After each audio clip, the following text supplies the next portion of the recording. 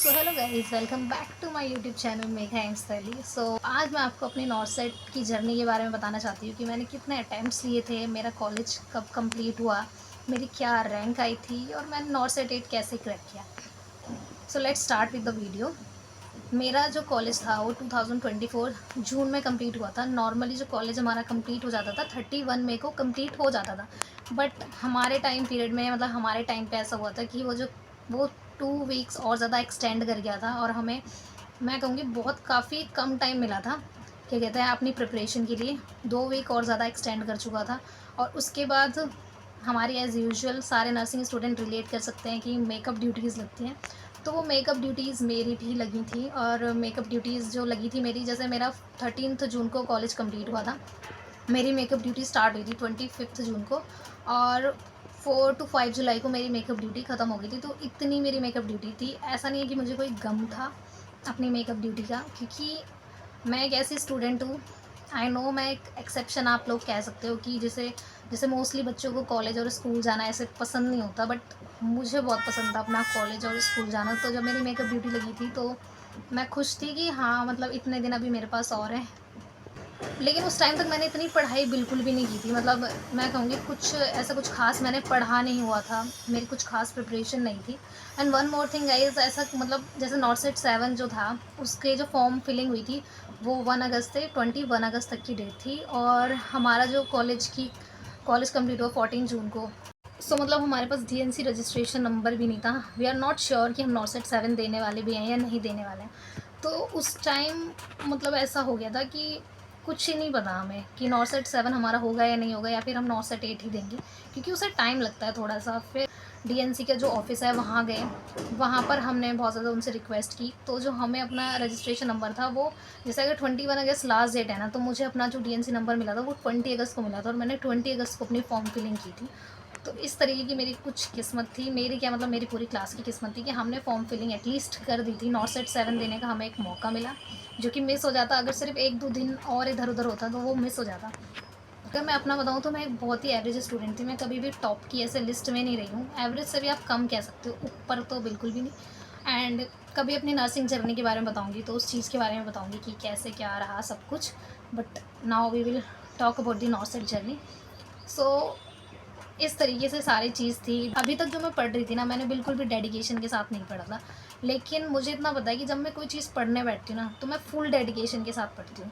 तो मैंने जो अपना नॉर्थ सेट का बैच लिया था, वो मैंने अपना जब 4th ईयर स्टार्ट हुआ था उसके कुछ टाइम बाद ही मैंने ज्वाइन कर लिया था। मतलब मुझे इतना था कि जब मैं कॉलेज मेरा कंप्लीट हो, मेरे पास मेरे नोट्स इन हैंड हो। मैंने सिर्फ 2 बार ही रिवीजन कर पाया था। और जब मैं दूसरी बार रिवीजन कर रही थी मुझे इतना पता था, क्योंकि यार टाइम तो देखो लगता ही है, टाइम तो बहुत ज़्यादा लगता है। और जब जब तुम बिगनर्स हो तब तो और ज़्यादा टाइम लगता है। एक होता है ना कि थोड़ा टाइम हो जाता है तो इतना टाइम नहीं लगता, लेकिन बिगनर्स को बहुत टाइम लगता है।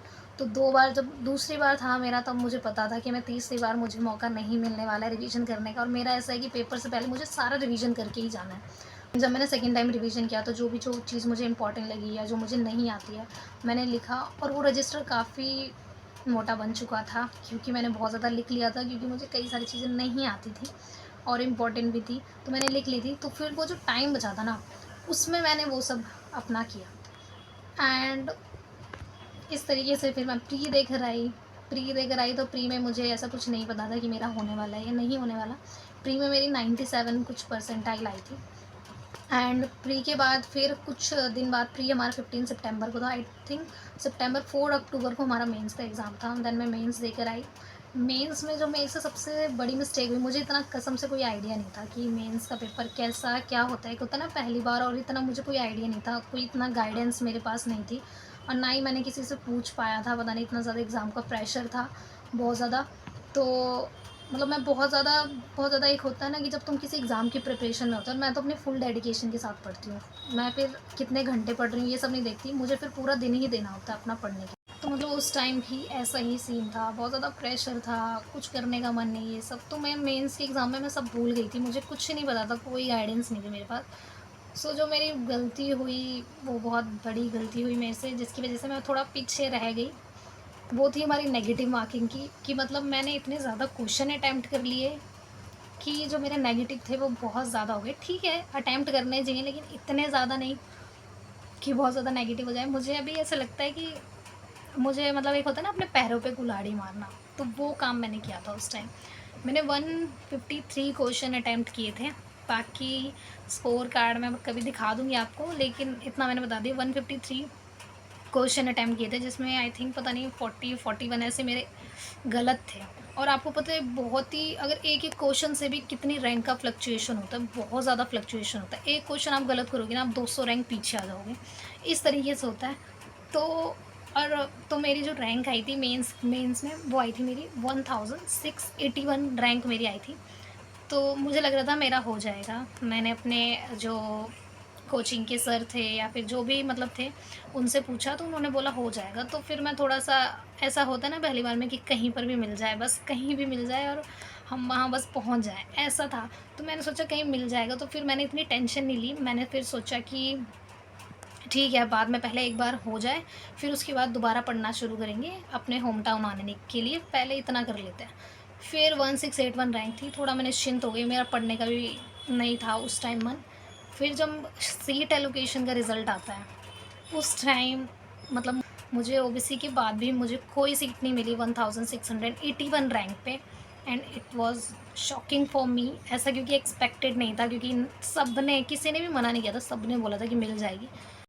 तो फिर मुझे दुःख हुआ, ऑफ़ कोर्स दुःख हुआ, बिकॉज़ क्योंकि मेरा कहीं न कहीं यार टाइम भी वेस्ट हो गया था। जिन बच्चों का ऑलरेडी प्री नहीं हुआ है, जिन बच्चों का मेंस नहीं हुआ, क्योंकि इनमें ना टाइम में भी बहुत वेरिएशन थी। जैसे जैसे जो मेंस का रिज़ल्ट आया था वो 16 अक्टूबर को आया था। तो जो सीट एलोकेशन का रिज़ल्ट आया था वो 11th ऑफ नवंबर को आया था। तो आप देखो कितना ज़्यादा गैप है। तो मुझे दुःख हुआ इस बात का कि यार नहीं हुआ ठीक है, लेकिन यार मेरा कितने टाइम मेरा मिस हो चुका है। और मतलब जो बच्चे ऑलरेडी प्रिपेयर करना उन्होंने स्टार्ट कर दिया और मैं अभी उनसे बहुत ज़्यादा पीछे आ चुकी हूँ, वापस से मुझे स्टार्ट करना पड़ेगा। बट ठीक है, मैंने नेक्स्ट डे से ही अपना फुल डेडिकेशन के साथ अपनी पढ़ाई दोबारा से स्टार्ट की थी। बुरा लग रहा था, ऑफ कोर्स बुरा लग रहा था बहुत ज़्यादा, बट ठीक है, मैंने पढ़ाई स्टार्ट की, मैंने एक्सेप्ट किया इस डिसीज़न को। मैंने सोचा कि जो होगा अच्छा ही होगा, पॉजिटिव थिंकिंग ऑलवेज वर्क्स। सो इस सोच के साथ मैंने अपनी शुरुआत की। सो दिस इज़ माई नॉर्सेट 7 का पूरा कंप्लीट डिटेल जो मैंने आपको बतानी थी कि मैंने क्या किया। नॉर्सेट 8 का बताऊँ, फिर मैंने अपनी स्टडीज़ दोबारा शुरू की। ऐसी कई चीज़ें थी, जैसे कि आपको पता है मेरे पास 2 ढाई महीने ही थे उस टाइम। मैंने सिर्फ अपने नोट्स ही पढ़े थे, मैंने उसके अलावा कुछ क्वेश्चन नहीं किए, कोई टेस्ट सीरीज़ नहीं ली थी, कुछ भी नहीं लिया था। बट मुझे अब पता था कि इस बार मुझे क्या क्या करना है मुझे। तो मैंने इस बार अपना टारगेट हाई भी उठाई। मैंने पीआर यादव मैंने ली। पीआर यादव का मैंने सोचा था मैं बुक खरीदूँ, मैंने बुक खरीदी नहीं पाई, बुक नहीं खरीद पाई मैंने फिर ऑनलाइन पीडीएफ था मेरे पास, तो मैंने फिर उससे पढ़ाई की थी। तो मैंने पीआर यादव टारगेट हाई ली, क्योंकि ये सब मैंने कंप्लीट किया ही नहीं था। मैंने फिर अब वही अपनी दोबारा प्रिपरेशन स्टार्ट की। पहले मैं अपने नोट्स पढ़ती थी, फिर टारगेट हाई में से क्वेश्चंस करती थी, फिर पीआर यादव के क्वेश्चंस करती थी। ऐसे मैंने हर एक सब्जेक्ट के लिए किया है। और ऑप्स और पीट्स तो मैंने अपने नोट्स के साथ साथ ना प्लस टारगेट हाई में से भी पढ़ी थी, जिसका मुझे बेनिफिट ऑफ कोर्स मिला था सीआरई के एग्ज़ाम में, क्योंकि वहाँ पर कुछ एक आधे क्वेश्चन ऐसे थे जो कि ऑप्स की टारगेट हाई की बुक में थे। सो मतलब मैंने वो भी पढ़ा हुआ था। तो मैंने ऐसे ऑप्स पीट्स टारगेट हाई के क्वेश्चन, पीआर यादव के क्वेश्चन, मैथ सर्च, साइकेट्री, है ना, और मेरे नोट्स में रिसर्च वगैरह मैनेजमेंट भी कोचिंग ने कराई थी, तो मैंने वो भी सब पढ़ लिया था ऑलमोस्ट। तो मैंने ये अपनी जो रिवीजन थी वो कंप्लीट कर ली थी, 2 से 3 बार कर ली थी। नोट्स तो मैंने मतलब 4-5 बार कर लिए थे, लेकिन जो क्वेश्चंस थे ना 2 से 3 बार मैंने कंप्लीट कर लिए थे। और मेरा हमेशा वही रहता है, कोई चीज़ नहीं आती उसे लिख लो, ताकि तुम उसे बाद में बैठ के पढ़ सको। तो ऐसे ही मैंने क्वेश्चंस भी जब मैं करती थी, तो जो क्वेश्चन नहीं आते थे ना, तो मैं उसे कॉपी में लिख लेती थी, ताकि मुझे दोबारा से ना वही क्वेश्चन पढ़ने की ज़रूरत ना पड़े। बहुत ज़्यादा टाइम कंज्यूमिंग हो जाता है, ताकि जो नहीं आते मैं सिर्फ वही पढूँ। तो हमेशा मेरा यही था। तो मैंने फिर उसके बाद ये किया। फिर जब मेरा ये कंप्लीट हो गया, target high PR Yadav complete हो गए, मेरे नोट्स मेरे अच्छे से मेरी टिप्स पे, नोट्स आपकी टिप्स पे होना चाहिए। इतना आप लेके चलो कि नोट्स इतनी बार रिवीजन करो कि आपके जो नोट्स हैं आपकी टिप्स पे आ जाएं, ठीक है, ताकि अगर कोई भी सवाल कहीं से भी आ जाए ना आपके नोट्स में से, आपको आना चाहिए, ठीक है। तो ये चीज़ है। फिर उसके बाद मैंने सोचा कि एनक्लेक्स भी पढ़ लेते हैं, क्योंकि सब पढ़ रहे हैं तो हम भी पढ़ लेते हैं, कोई चीज़ छूटनी नहीं चाहिए, क्योंकि टाइम थोड़ा था।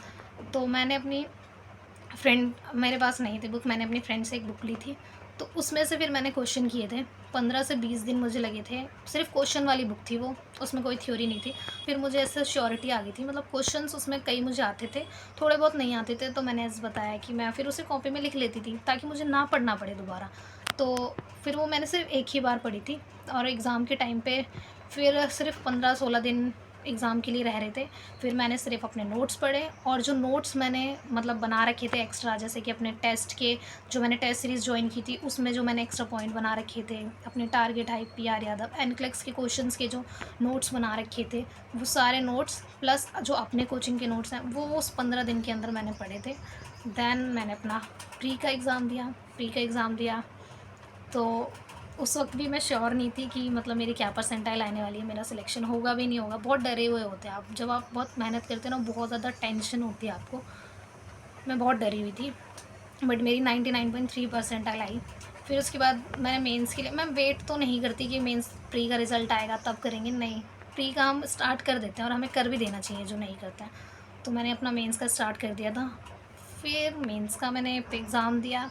मेंस के एग्ज़ाम में मतलब मुझे इतना था कि शायद मेरा कहीं ना कहीं तो हो जाएगा, बट मुझे था यार मेरी मैनिफेस्टेशन ही एम्स दिल्ली की थी, मुझे चाहिए ही एम्स दिल्ली। मतलब मैं ऐसे अज्यूम करती थी कि Megha nursing officer AIIMS Delhi, मतलब मैं ऐसे सोचती थी, मेरी मैनिफेस्टेशन थी है।